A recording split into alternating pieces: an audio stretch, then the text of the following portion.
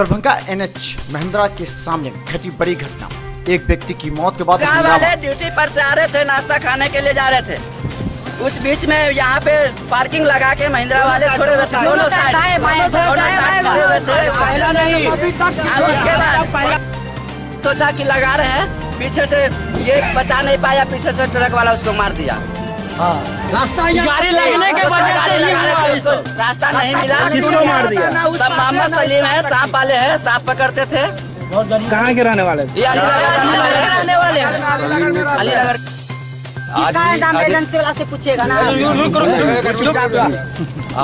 आज ही एक्सीडेंट नहीं हुआ, इससे पहले भी कई बार हो गई है। 3 को मौत हो गई है।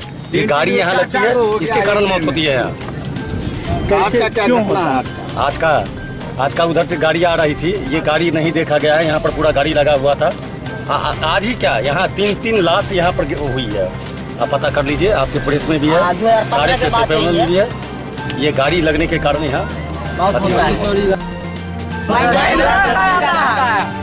कर लीजिए, आप न्यूज़ वाले आप पता कर लीजिए ना। कहा जाता है कि बुधवार की अहले सुबह अलीनगर सुंदरपुर वार्ड नंबर 1 में रहने वाले मोहम्मद सलीम की मृत्यु NH57 पर महिंद्रा शोरूम के सामने गाड़ी की टक्कर से हो गई। मोहम्मद सलीम एक सपेरा था, कई लोगों की जान बचाया था। उसके 5 छोटे छोटे बच्चे हैं जिसे देखने वाला कोई नहीं। इस दुर्घटना में हुई मौत के बाद आक्रोशित लोगों ने NH57 को 3 घंटे से अधिक बाधित कर रखा एवं महिंद्रा शोरूम के सामने लगने वाले 4 पहिया 5 वाहनों से हो रहे लगातार दुर्घटना की शिकायत की। लोगों का कहना था कि गाड़ी इस कदर सड़क के दोनों तरफ लगा दिया जाता है जिससे देखने में दिक्कत होती है और लगातार दुर्घटना घट रही है। सड़क पार करते समय मोहम्मद सलीम को एक 4 पहिए वाहन की ठोकर से मौत हो गई, जिसे दरभंगा DMCH लाने के क्रम में डॉक्टरों ने उसे मृत घोषित किया। गौरतलब है कि महिंद्रा शोरूम के आसपास गाड़ी के लगे रहने की वजह से आने जाने वाले लोगों को दिखाई नहीं पड़ता और इससे लगातार दुर्घटनाएं घट रही हैं।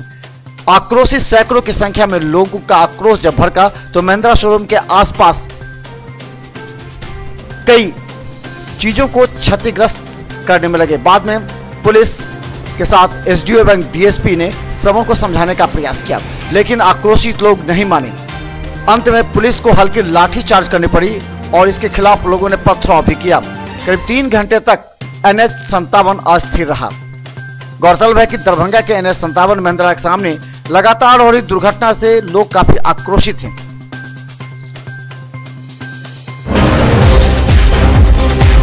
मामला है कि महिंद्रा एजेंसी का दोनों तरफ गाड़ी जाम लगा हुआ रहता है, आने जाने वाले को चालक को भी दिक्कत हो रहा है। उसके बाद में यहाँ पर जो है बहुत सा ऐसा दुर्घटना हो चुका है और उसके बाद में जो है जैसे बाजार समिति भी दुर्घटना हुआ, यहाँ पर भी दुर्घटना हुआ।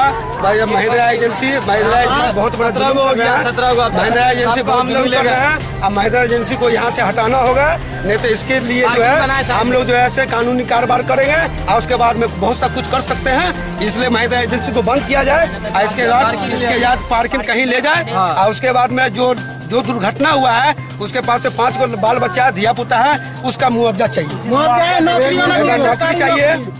हाँ, उनको लिए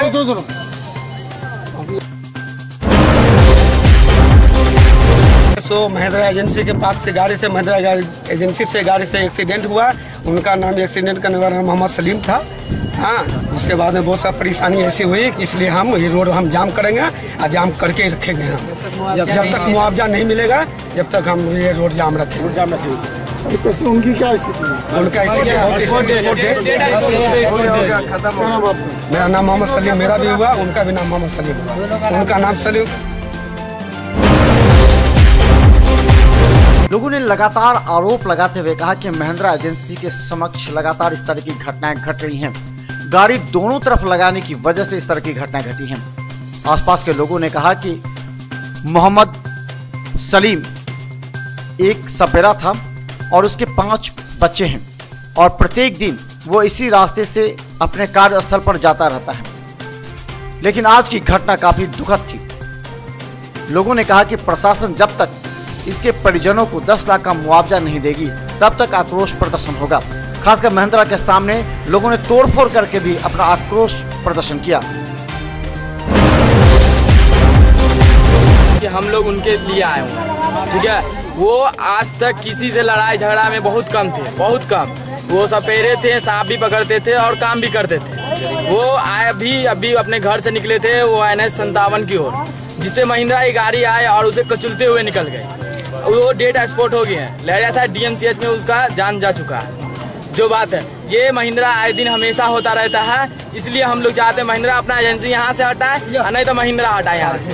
और उसका जो मुनावजा है उसको दे। उसको 4 बच्चा है, बेटी है, जो शादी होगा वो कहाँ से करेगा?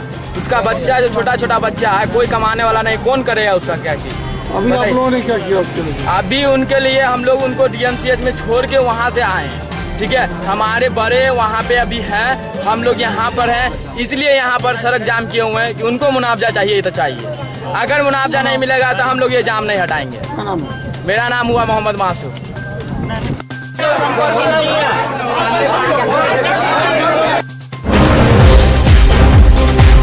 कुछ नहीं है, ऐसा अनदेखी क्यों हो रहा है? अरे अनदेखी क्या, हमारा कहने का मतलब है यहाँ प्रशासनिक मामला में उनको भी इस पर दायित्व बनता है कि पार्किंग का जगह नहीं है, NH 57 है, यहाँ कोई रुकावट का जन गाड़ी आता है और जाता है। इसके चलते यहाँ बराबर एक्सीडेंट होता है, जिसका झेलना हमको भी झेलना पड़ता है और प्रशासन को भी पड़ता है। प्रशासन क्या मांग करते हैं? प्रशासन से मांग क्या, प्रशासन से क्या मांगे? प्रशासन तो जान रहे हैं कि ये पार्किंग अवैध है और महिंद्रा कंपनी का ओनर जो है वो अपना जमीन लेके पार्किंग करे। बड़ी खुशी की बात होगी NH पर पार्किंग। आज जो मौत हुई, किसकी मौत हुई है, कहाँ का रहने वाला है? समीम अहमद सपेरा, सलीम अहमद सपेरा, जो विधिवत अभी यहाँ के वासी बने। अब कहाँ घर है सो नहीं कहेंगे। तो 5 धूर जमीन कब्रिस्तान लंग ले करके अलीनगर में वहाँ रह रहे हैं। 5 बच्चे की बाप था, छोटा छोटा बच्चा था, 2 लड़का 3 लड़की है। ड्यूटी भी करते थे और सबीर साहब का गाड़ी चलाते थे, ठीक है। हाँ। तो जाने आने में बहुत सारा ट्रबल पैदा हो जाता है। अब गाय थी, गाय को भागने का रास्ता ही नहीं मिला। उसी में इन्हीं के किन्ने से क्या कहते हैं, एक डिपार्टमेंट का दूसरी गाड़ी मार दिया उसको धक्का, उसी में गिर गया। वहीं पर सबीर साहब यहाँ ले जाने के क्रम में उसका देहांत हो गया। गौरतलब है कि इस तरह की घटना के बाद लगातार जिला प्रशासन को विधि व्यवस्था की समस्या सामने आ जाती है, लोगों का आक्रोश भी झेलना पड़ता है। लेकिन इस तरह अतिक्रमण सड़क को करने से कई बार दुर्घटनाएं घटी हैं, इस बात से इनकार नहीं किया जा सकता। अगर महिंद्रा शोरूम में के सामने इस तरह अगर गाड़ियों को खड़ा कर दिया जाता है जिससे लगातार दुर्घटना घट रही है, तो ये निश्चित तौर पर जिला प्रशासन को महिंद्रा शोरूम के सामने लगी इन गाड़ियों को हटाना ही चाहिए। लोगों का आक्रोश इतना बढ़ गया कि पुलिस की हल्की लाठीचार्ज के बाद पथराव प्रारंभ कर दिया गया। लगभग 1 घंटे तक दोनों तरफ तनातनी मौजूद रही।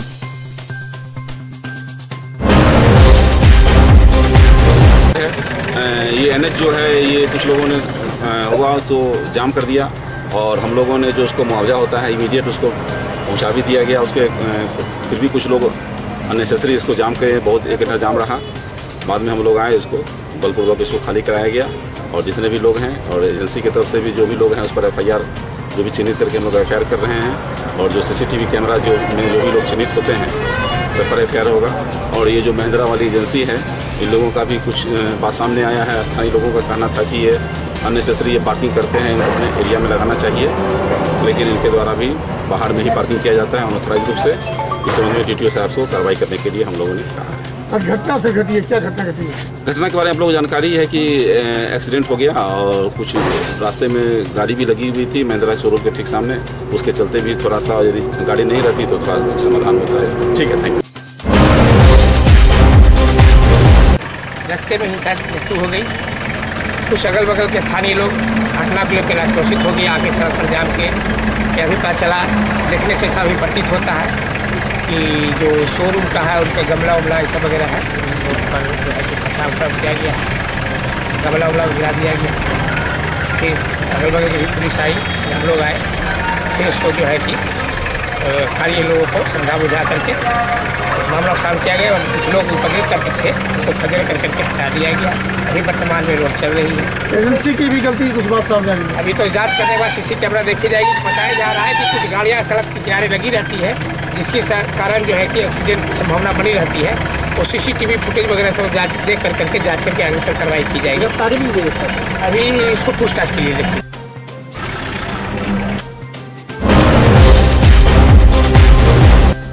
रेशमी सॉफ्टवेयर कॉर्पोरेशन प्राइवेट लिमिटेड के द्वारा होटल गंगा रेजिडेंसी में एक बैठक आयोजित की गई। यह बैठक प्रखंड स्तरीय बहाल हुए नवनियुक्त समन्वयक की थी, जिससे कंपनी के बारे में बताया गया। अतिथि के रूप में संस्था के संस्थापक बालाकोट पाठक, निर्देशक अभिषेक वत्स, जनरल मैनेजर सोनल ने सबों को विशेष दिशा निर्देश भी दिया। इस संस्था के जनरल मैनेजर ने कंपनी के बारे में लोगों को जानकारी देते हुए उनके कार्य प्रणाली पर भी प्रकाश डाला। सभी समन्वयक को अच्छे से काम करने का दिशा निर्देश दिया गया। या फिर उन्हीं को सुझाव चाहिए या फिर आप लोग को सुझाव हमें देना चाहते हैं तो एक समरी रिपोर्ट आपको बना के in a month thrice submit करनी होगी कंपनी में। Clear? The block project coordinator should look after the fund utilisation part provided to the centre by the company. तो the most important part is here. तो company ने for example आज के date में सारे सेंटर्स को 50,000 rupees दिया है। क्यों दिया है? हमने रेंट के लिए दिया, हमने कंटीजेंसी मनी दिया जो just start the centre and take the admission for the student. अब प्रॉब्लम क्या हो रही है? लगा हुआ था वॉल पे, वो प्रोबेबली हैंग नहीं था, मतलब आधा लटक रहा है आधा ऐसा है, मतलब it was not properly hang to the wall. Second thing जो मतलब मुझे देख के बहुत ही ज्यादा बुरा लगा वो ये था कि एक ऐसा ही मतलब जस्ट बोलिए जो शादियों में हम चेयर देखते हैं वैसे चेयर लगे हुए लोग, सारे लड़के हाफ पैंट और चप्पल में बैठे हुए।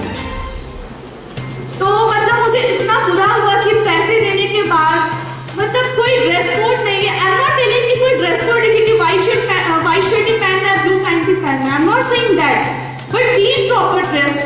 अब शर्ट पहनी या पैंट पहनी कोई भी जैसा पहन, मतलब बी इन फॉर्मल ड्रेस। और फॉर्मल ड्रेस का मतलब तो जानते ही होंगे सब। सभी बातों को आपको स्पष्ट रूप से रखिए।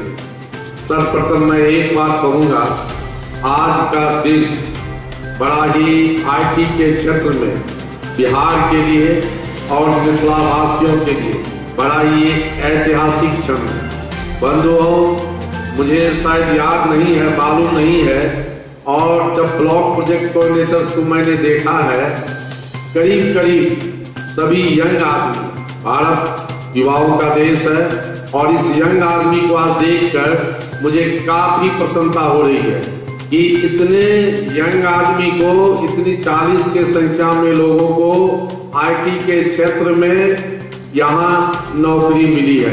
शायद मुझे मालूम नहीं है कि बिहार में इस तरह एक साथ 40 आदमी को और 50-60 आदमी को देना है। एक बात मैं आपको बता दूं कि हम लोग ये सिलेक्शन करने में, अपॉइंट करने के समय में केवल यही ध्यान रखा है कि बिहार के लोगों को, मिथिला के लोगों को नौकरी मिले। बहुत हार्ड एंड टफ प्रक्रिया नहीं अपनाए। आप सबसे पहले ताली बजाइए और जो इस नवयुवक अभिषेक वत्स, जिन्होंने अपने जान की बाजी लगाकर, अपमान की घूंट पीकर इस कार्यक्रम को, कंप्यूटर ट्रेनिंग सेंटर को यहाँ तक पहुँचाया है। आप सर्वप्रथम जो लोग यहाँ उपस्थित हैं, पहले उनकी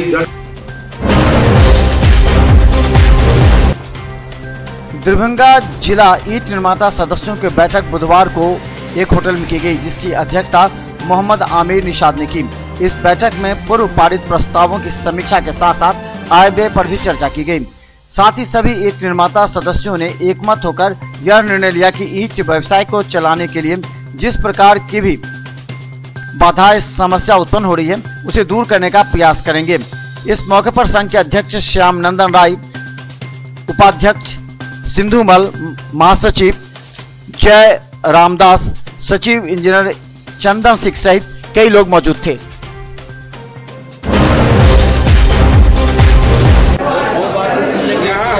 आज का मीटिंग जो था वो पॉल्यूशन डिपार्टमेंट से चेक बनाने की बाध्यता थी, उसी पर मीटिंग मेनली हुआ।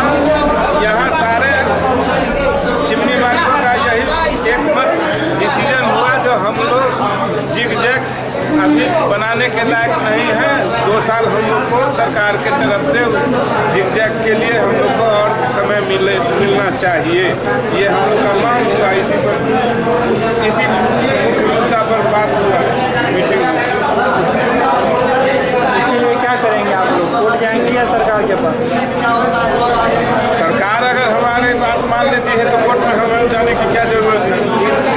क्या नाम है आपका? श्यामनंदन राय।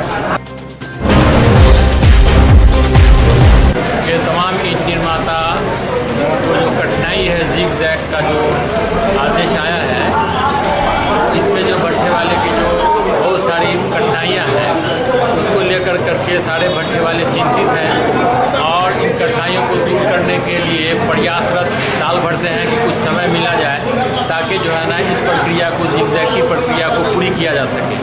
ये इसमें समय भी लगता है, पैसे का वहन भी होता है, 40 से 50 लाख रुपया इसमें इन्वेस्टमेंट करना पड़ता है। ऐसी परिस्थिति में कुशल लेबर की भी ज़रूरत पड़ती है, टेक्नीशियन की भी ज़रूरत पड़ती है और भी बहुत सारी ज़रूरत है जो इसको पूरा करना पड़ता है। ऐसी परिस्थिति में सरकार से भी पहले भी मांग की जाती रही है और अभी भी मांग की जाती है कि कम से कम 3 साल का समय दिया जाए ताकि चरणबद्ध तरीके से इस कार्य को पूरा किया जा सके। और अगर सरकार के द्वारा हमें रिलीफ नहीं मिलता है तो हम लोग निश्चित रूप में न्यायालय का सहारा लेने को मजबूर हो जाएंगे। क्या नाम है आपका? मेरा नाम है प्रोफेसर आमिर निशात। लगातार डीलर के द्वारा मनमानी करने एवं जनता को राशन नहीं देने के कारण आक्रोश धीरे धीरे जिले में बढ़ते जा रहे हैं। इससे पूर्व भी कई संगठनों के द्वारा डीलर के खिलाफ कार्रवाई की मांग को लेकर के धरना प्रदर्शन किया गया। वहीं बुधवार को भारतीय कम्युनिस्ट पार्टी माले के द्वारा डीलर के खिलाफ कार्रवाई करने के लिए अनुमंडल कार्यालय में अनुमंडल अधिकारी के समक्ष धरना प्रदर्शन करते उन्हें ज्ञापन सौंपा। उन्होंने कहा कि आज भी बहादुरपुर के सहित ग्रामीण क्षेत्रों में भी लोगों को अनाज नहीं मिल रहे हैं। देना होगा, जवाब आपको देना होगा। जिंदाबाद, अरे गरीबों का अनाज बचवाने वाले सदर एसडीओ,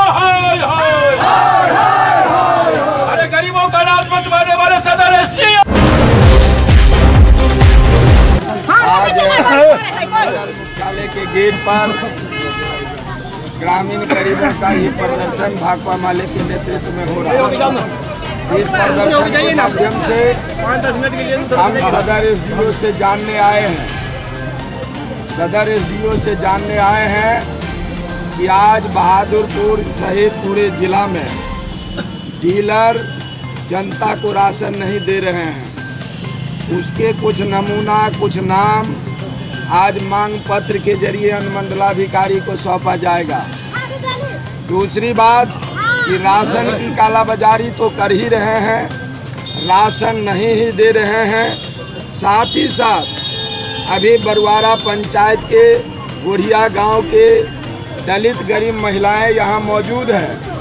जब डीलर के यहां सामान लाने जाती हैं तो डीलर इन्हें गाली देता है, इन्हें धक्का मार करके दरवाजे से बाहर करता है। ये जो डीलरों का जो सामंती चरित्र है, ऐसे सामंती व्यवहार करने वाले डीलरों पर भी कार्रवाई हो। और अभी इस भीषण गर्मी में प्रखंड मुख्यालयों में राशन से वंचित गरीबों की ओर से आवेदन लिए गए। आवेदन देने के क्रम में महिलाएं बीमार पड़ गई, पुरुष मूर्छित होकर गिर गए, बच्चे बेहोश हो गए। उन आवेदनों का निष्पादन कब तक होगा, ये प्रदर्शनकारी एसडीओ से जानने आए हैं। साथ ही साथ आज ग्रामीण इलाके में, शहरी इलाके में गरीबों की संख्या बढ़ रही है, उपभोक्ता वंचित है। तो हमने ये मांग रखा है कि राशन कार्ड जब भी सरकार दे, ये सरकार की जवाबदेही है, लेकिन जनता को राशन चाहिए, जनता को किरासन चाहिए। इसलिए ग्रामीण वोटर लिस्ट की संख्या के आधार पर, परिवार की संख्या के आधार पर आवंटन को बढ़ाया जाए और सभी गरीबों को, सभी उपभोक्ताओं को राशन और किरासन उनको आपूर्ति की जाए। अभी बिहार सरकार से हम एसडीओ के माध्यम से ज्ञापन दे करके मांग कर रहे हैं कि ग्रामीण इलाकों में किरासन में कटौती हो रही है, तो किरासन की कटौती बंद करे और किरासन के आवंटन को बढ़ा करके किरासन की आपूर्ति करे। इस संबंध में मैं आपको बढ़ रही पर्यावरण की समस्या से निजात दिलाने के लिए बच्चों के द्वारा समाहरणालय परिसर में पेड़ लगाकर एक नया संदेश दिया गया। दरभंगा जिलाधिकारी डॉक्टर चंद्रशेखर सिंह ने इन सभी बच्चों को पेड़ लगाकर पर्यावरण की समस्या से निजात दिलाने पर बात की। पौधे लगाएं, वृक्ष बचाएं और इसके साथ ही सबों से यह आग्रह किया गया कि वृक्ष को बचाने का प्रयास करें। लगातार बढ़ रहे पर्यावरण की समस्या एवं गर्मी एवं असामयिक बारिश को देखते हुए जिलाधिकारी ने बच्चों को पर्यावरण के संबंध में विशेष पाठ पढ़ाया।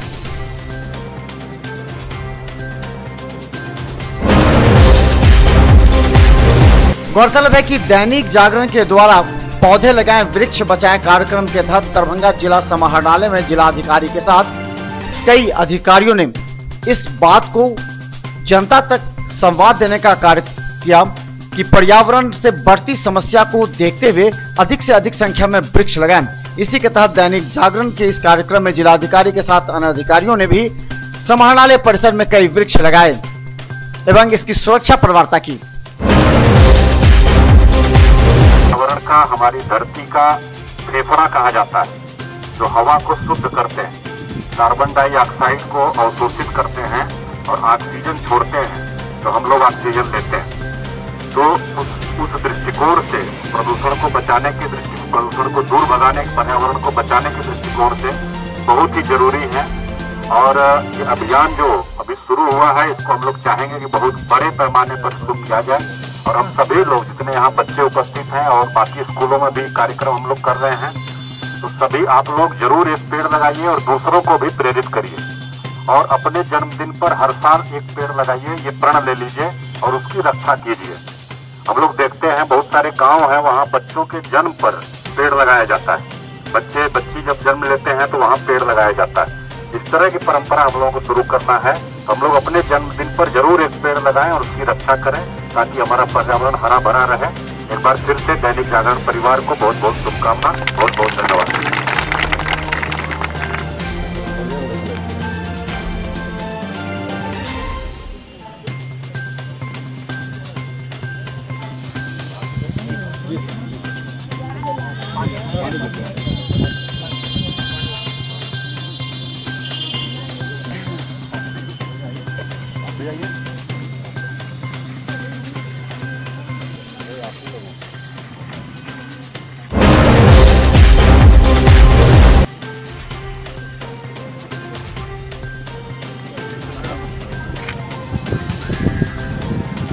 का ये कार्यक्रम आयोजन की पेड़ लगाओ अभियान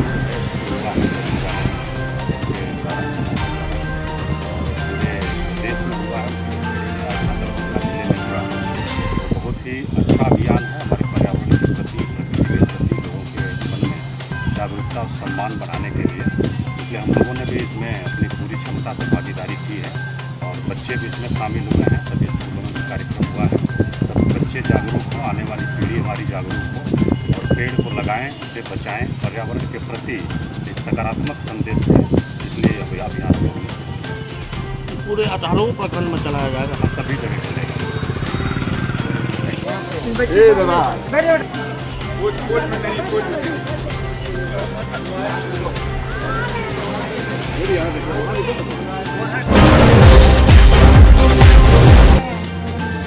क्या करने और इसकी रक्षा कैसे करोगी? हाँ?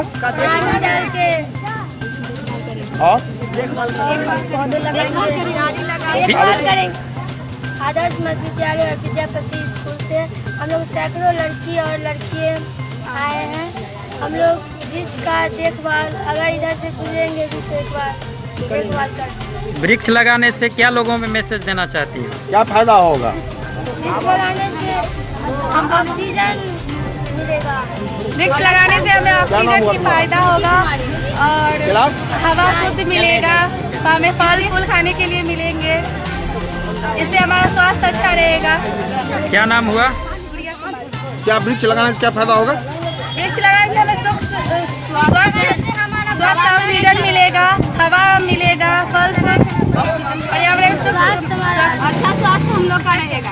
और तुम अपने साथी को भी क्या कहना चाहती हो? मैं अपने साथी को कहूँगी कि ज़्यादा से ज़्यादा मात्रा में पेड़ लगाएं। अपने जन्मदिन पे एक पेड़ जरूर लगाएं और उसका देखभाल करें।